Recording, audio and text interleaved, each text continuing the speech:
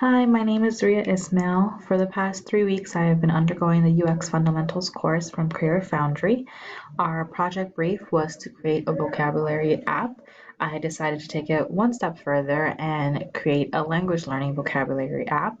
And this is my presentation. I will first go through the outline where you will meet my proto persona, Eva. I will describe the problem brief. I will take you through the process of my wireframing and prototyping, as well as the usability testing, where I saw failures and improvements in the app, as well as next steps for LingoVerse itself and my final learnings from the course. First, I would like to introduce you to Eva. I conducted user research with about 4 different people to create Eva. Eva is 24 years old. She's single. She has no kids. She's in New York City, and she's a project manager. Her job as a project manager is very, very demanding. She's very busy. She doesn't have a lot of free time. When she does have free time, that's usually on her commute on the MTA, and in general, she's always on her phone, whether it is apps such as email, notes, her calendar, reminders. She's just always on her phone and on the go. When she does have free time, she prefers spending time with her friends and coworkers, who are a very diverse group of people, as well as just watching things on Netflix and YouTube. So her goals and motivation, first and foremost, she definitely wants to learn Spanish. And the reason why she wants to learn Spanish is because it's a well-renowned language, especially in New York City. A lot of people speak Spanish here, and she would like to be able to incorporate what she learns into her conversations with people. Another one of her goals and motivation is to learn at it at a very flexible pace, so that she doesn't feel like she's forced to learn at things if she's not available, as well as for it to be an efficient learning method, just so that she's able to retain what she's learning. For then, I will present to you the problem brief. So just a direct quote from Eva. I'm very busy at work, and when the workday is over, I want to relax and have fun. Learning new vocabulary has to be easy, quick, and entertaining, so I can incorporate it into my schedule and conversations. The 4 prime challenges that Eva is facing when it comes to learning Spanish is she has no time.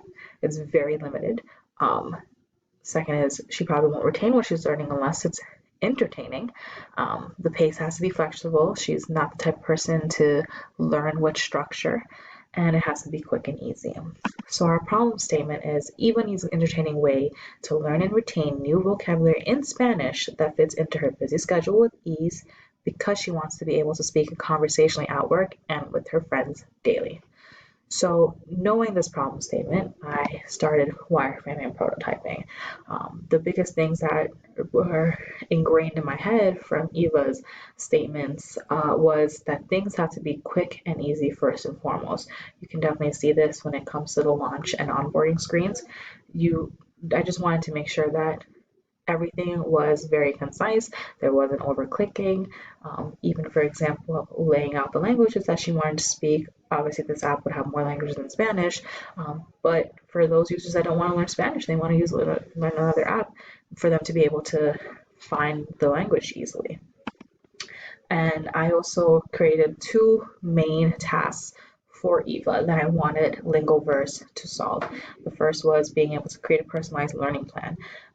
Some thoughts that were running in my head was I want to make sure that everything is very clearly stated, and that she didn't have to go many places to set up these goals, as well as starting to keep some design uniformity so that everything is kind of still put together, especially with like the launch screen, the way the login sign up was presented, and pushing that over with this task as well.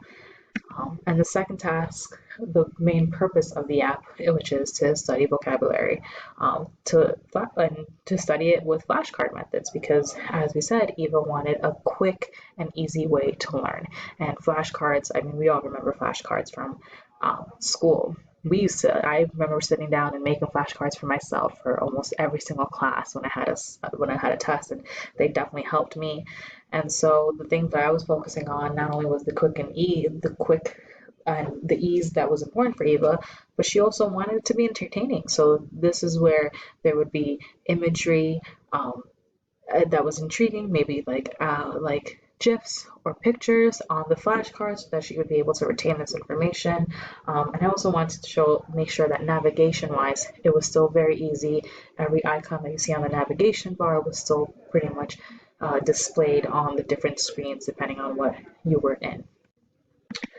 So after creating this prototype, I went into usability testing.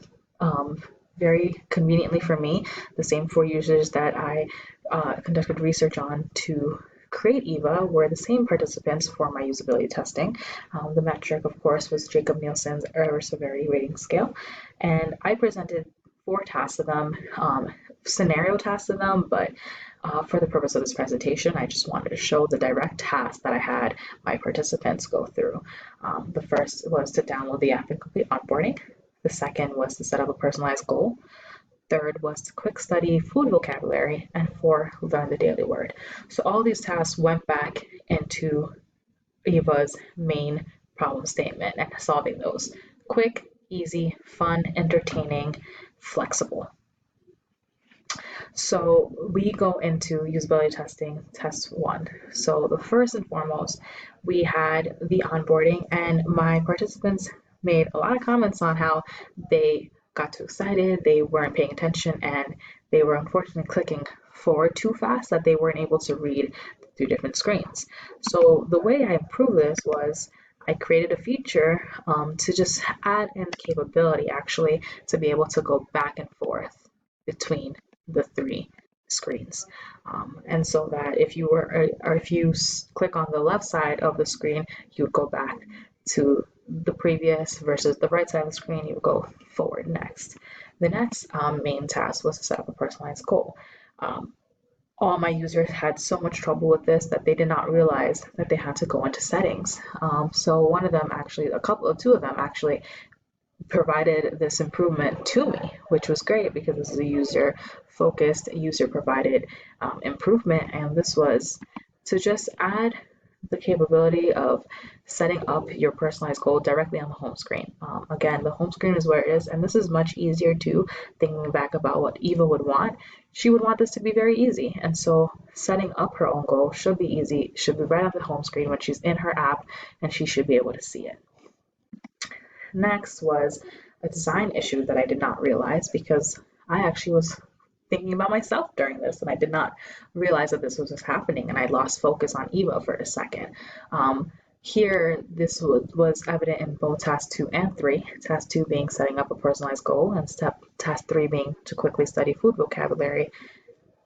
The participants for the testing were unclear that there were 2 options for both of these tasks. They did not realize that they were able to select one over the other, especially in task 2 when it came to setting up a personalized goal. They didn't know that they had the option to choose either words learned or time spent. And so I decided to adjust the design, again, just to make things easier for Eva. And this is also quicker. Being able to see 2 distinct categories, 2 big buttons that were very prominent, and having to choose them without over-guessing anything, and that you'd be able to proceed with your learning, which is actually the end goal for all of this. Task 3 was also very interesting. Again, this is to quick study vocabulary in another language. This is where the flashcards were being utilized. There were instructions on how to use it, but it was very confusing. They didn't know where to click. There weren't really any buttons. As you can see in the first layout, there are only 2 buttons, which was a star and the end button.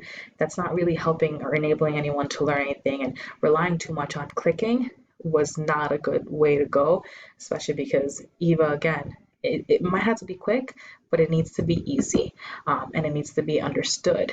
And the goal of a UX designer is how can the app, for in this situation, how can the app be intuitive enough to our users? So the first was I added to the word bank. I apologize. I created some labeled buttons. The first was to label the star button to know that this is where you're adding to the word bank.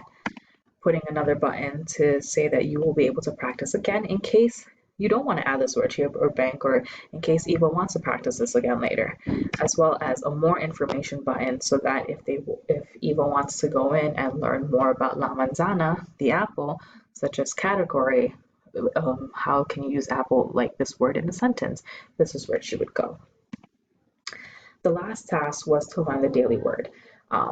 My users were actually very excited about this, but once they got to it, that was kind of it. They started presenting, throwing out a lot of feedback about how there was no option to save because they actually did just overlook the star on the top because they're so used to seeing things on the bottom, and they want to know what happens if they want to practice the word again. So I moved the icon, the star icon on the bottom, to just indicate that this is part of, again, with the navigation, keeping the imagery all consistent, that this would help, as well as a practice again button so that they can go back, and if the word is hard and they want to practice it again on another day, they'll be able to see it on Daily Word again. So using all these improvements that are now made for Eva, of course, I revised the prototype. So my next steps will definitely be to conduct testing with the new revised prototype of the 4 original tasks. Hopefully I could be able to use the same 4 people.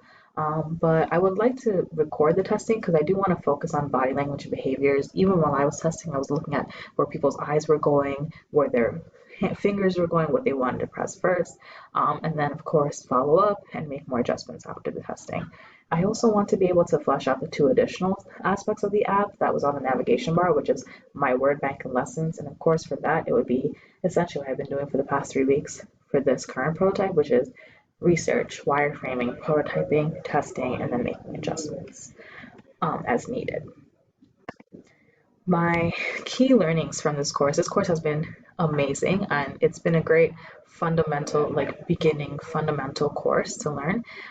My big key takeaways was you always have to think about your user persona. I will admit I lost sight of Eva for a little bit there because this will go into some of the cons too. Is I kept focusing on designs that I thought looked pretty to me rather than what would work best for Eva. Same thing as there would be moments where I would think about something and be like, oh, I'll design it later, or I'll jot this down later. And so I've definitely learned to keep blank sheets handy. I'm also very organized in general in life, but this has definitely taught me to label my wireframing in the back. I mean, it could be, it's very, some wireframing is obviously very obvious what you were wireframing for, but even just to, in the back of my wireframe is writing, this is for task 1, this is for task 2, that definitely has helped me out. And just in general, less is more. Think about the apps that you're currently using and how, and then when you're using them, think like a UX designer and see why did this button go here, or why was this functionality like here. Just think about it that way. Some of the things I need to remind myself is feedback is not personal. It's just helping me grow. I can't stay stuck on one design. Even if things are pretty to me, again, they're not good for my user, or in this case, Eva. White space is okay. Sometimes white space is okay because it makes the choices a little bit more prominent. During testing, I know that I conducted the task and created everything myself, so I shouldn't want to lead my participants if they're not getting it. And then not to be afraid to ask for feedback when I'm stuck, which has happened, and I'm very thankful for Jade, my tutor, for helping me throughout this process. I'm very excited for the remainder of this course and to see what else I will learn and to grow as a UX designer. So thank you so much for listening to my presentation, and I hope everyone has a wonderful day. Thank you.